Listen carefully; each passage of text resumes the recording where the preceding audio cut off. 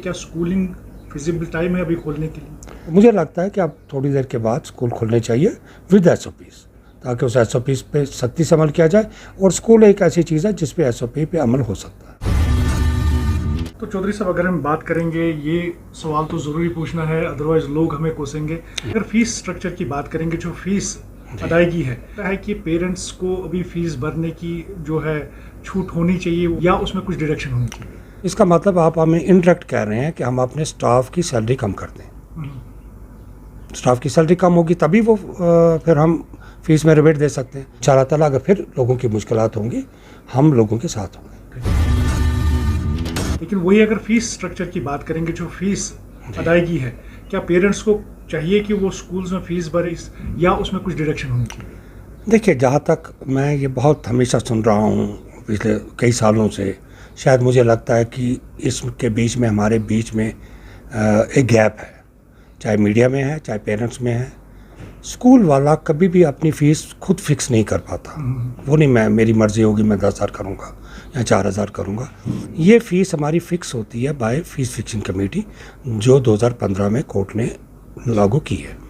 और उसमें बिल्कुल क्लियर किया गया ऑर्डर नंबर 1 2019 में कि अगर आप ट्यूशन फ़ीस लेंगे तो वो पैसा किस पे खर्च होगा, अगर उसके बाद एनुअल फ़ीस लेंगे तो पैसा किस पे खर्च होगा। और ट्रांसपोर्ट उन्होंने कहा था कि नो प्रॉफिट नो लॉस पे आप चार्ज कर सकते हैं। अब आइए ट्यूशन फ़ीस, उसमें 3 ही कंपोनेंट हैं। आपका salary of the staff, teaching and not teaching, बिजली बिल है और वाटर बिल है। उसके बाद जो एनुअल चार्जेस हैं उसमें आपका EMI है, इंटरेस्ट पार्ट है, स्टेशनरी है और बाकी खर्चे जो वंस इन ईयर बच्चे को देने। और ये अगर मैं ट्यूशन फ़ीस ज़्यादा ले रहा हूँ और मेरे आमदनी ज़्यादा हो रही है और मेरे खर्चे कम है, मैं सैलरी कम दे रहा हूँ, तो फीस फिक्शन कमेटी हमारे फ़ीस को कम कर देती है, जैसे बहुत सारे स्कूलों को किया गया। वो कहते हैं नहीं जी, आप ये फ़ीस ज़्यादा ले रहे हैं, आपकी सैलरी कम है, तो आप इनको कम कर दीजिए। अगर आज आप लोग कहते हैं कि नहीं जी आप कम कर दीजिए फ़ीस, तो इसका मतलब आप हमें इनडायरेक्ट कह रहे हैं कि हम अपने स्टाफ की सैलरी कम कर दें। स्टाफ की सैलरी कम होगी तभी वो फिर हम फीस में रिबेट दे सकते हैं। और ये उसके अलावा भी जब लास्ट ईयर भी हम बैठे और हमारे साथ आसमा गोनी जी भी बैठी और एक डिसाइड हुआ कि नहीं, फिर भी जैसे सोसाइटी में हर बंदे का फ़र्ज़ है इस वक्त एक दूसरे की हेल्प करना, आपने देखा बहुत से NGOs भी कर रहे हैं, तो स्कूल वालों पर भी ये लागू होता है कि वो देखें कि जो डिज़र्व लोग हैं। अब डिज़र्व किसको कहा जाएगा? जो इससे हिट हुआ है। देखिए, अगर आप कहेंगे लालचों का एक दुकानदार है जी, उसकी दुकान बंद थी तो वो हिट हो गया, तो ऐसा तो नहीं है। माशाल्लाह वो एक अच्छा बिजनेसमैन है।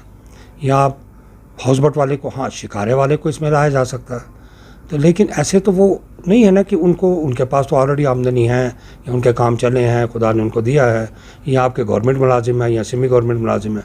हाँ, इसको जनरल में नहीं किया जा सकता। फिर तो हमें गवर्नमेंट मुलाजिमों को भी छोड़ना है, फिर हमें दूसरे, हालांकि गवर्नमेंट मुलाजिमों को आज भी 2,300 रुपया दिया जा रहा है बच्चों की एजुकेशन के लिए, और वो भी, और हमें लगता है कि वो सबसे ज़्यादा होते हैं इसमें कि जी फ़ीस कम कर दी जाए।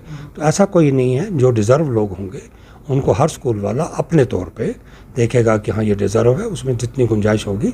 और ये सुप्रीम कोर्ट ने भी यही आर्डर दिया है कि जी हम इस पर बंदिश नहीं लगा सकते, परसेंटेज नहीं कर सकते, लेकिन अगर स्कूल वाला देखेगा तो वो अपने लिहाज से देखेगा, उस पर यह भी नहीं बंदिश कितना करना, लेकिन की। और पिछले साल भी बहुत बड़ा पैसा, अगर आप कहेंगे हम आपको लिस्ट भी देंगे कितने स्कूल ने कितना पैसा छोड़ा है।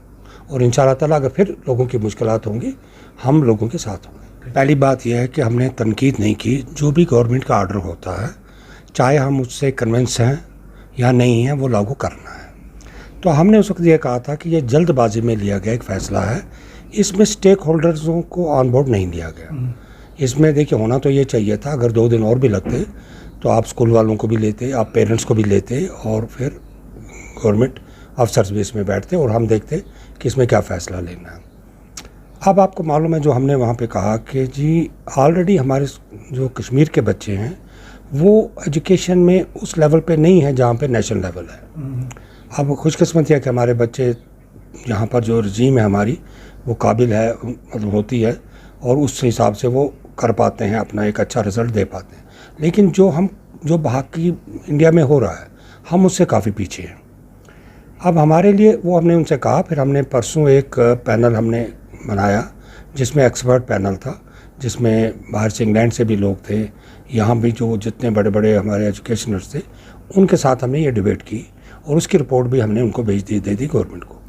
देखिए स्कूल का इसके साथ आप इसको भी लोग ले रहे हैं जी, ये स्कूल वर्सेस गवर्नमेंट, तो ऐसा नहीं होना चाहिए। स्कूल वालों को क्या फ़र्क पड़ेगा, आप उनको कहिए आधा घंटा पढ़ाए तो आधा घंटा पढ़ा देंगे, आप उनको कहिए 3 घंटा पढ़ाएं तो 3 घंटा पढ़ा देंगे। लेकिन सवाल है कि अगर आपने टाइम कम करना है तो फिर सिलेबस कम करना है। सीधी बात है कि आपको सिलेबस कम करना पड़ेगा, तो आपको चाहिए था पहले सिलेबस को भी कम कर देते। अब उन्होंने कहा जी 1.5 घंटा पढ़ेगा 8th का बच्चा, जो ग्रेड 1 से ग्रेड 8 तो 1.5 घंटा में पढ़ेगा, तो आप उस हिसाब से सिलेबस भी कम कर दीजिए। तो चौधरी साहब अगर हम बात करेंगे यहाँ पर स्कूल्स खोलने की, तो आप हमें बताइए क्या स्कूलिंग फिजिबल टाइम है अभी खोलने के लिए? देखिए अभी जब यहाँ पे दूसरी लहर आई हमारी कोविड की, तो उस वक्त जो गवर्नमेंट ने स्टेप्स लिए वो उसकी ज़रूरत थी कि सभी नॉट स्कूल्स हर एक चीज़ को बंद कर दिया गया।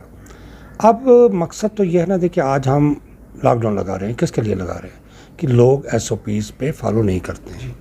अगर लोग SOPs पे फॉलो करें, मुझे नहीं लगता गवर्नमेंट को खामखा लॉकडाउन लगाने की ज़रूरत पड़ेगी, दुकानें बंद करनी है। ये गवर्नमेंट मजबूर हो जाती है क्योंकि हम लोग उसको फॉलो नहीं करते। तो इसी तरीके से अब क्योंकि हमारे केसेस कम हो गए हैं और सबसे अच्छे SOPs जो हो सकते हैं वो स्कूल में हो सकते हैं, क्योंकि स्कूल में अगर 50% पे हम खोल दें तो देखिए सीधी बात है, हमारी जो बसेज होंगी वो 50% पे होंगी। उसके बाद जो हमारी क्लास में आएंगे तो सैनिटाइज है, उसके बाद हमारे मास्क हैं, उसके बाद क्लासरूम को सैनिटाइज किया जाता है। तो मुझे लगता है कि बच्चों को कोई फ़र्क नहीं पड़ेगा अगर वो बच्चों को अलाउ किया जाए। ऐसा तो नहीं है ना कि बच्चे बिल्कुल बाहर नहीं निकल रहे, बच्चे तो निकल रहे हैं ना, बाहर भी जाते हैं, मार्केट में भी, किसी जगह भी अपने किसी के घर जाएंगे या बाहर निकलेंगे, तो ऐसा नहीं है कि बिल्कुल आउट ऑफ टच। तो मुझे लगता है कि अब थोड़ी देर के बाद स्कूल खोलने चाहिए विद SOPs, ताकि उस SOPs पे सख्ती से अमल किया जाए। और स्कूल एक ऐसी चीज़ है जिस पे SOP पे अमल हो सकता है।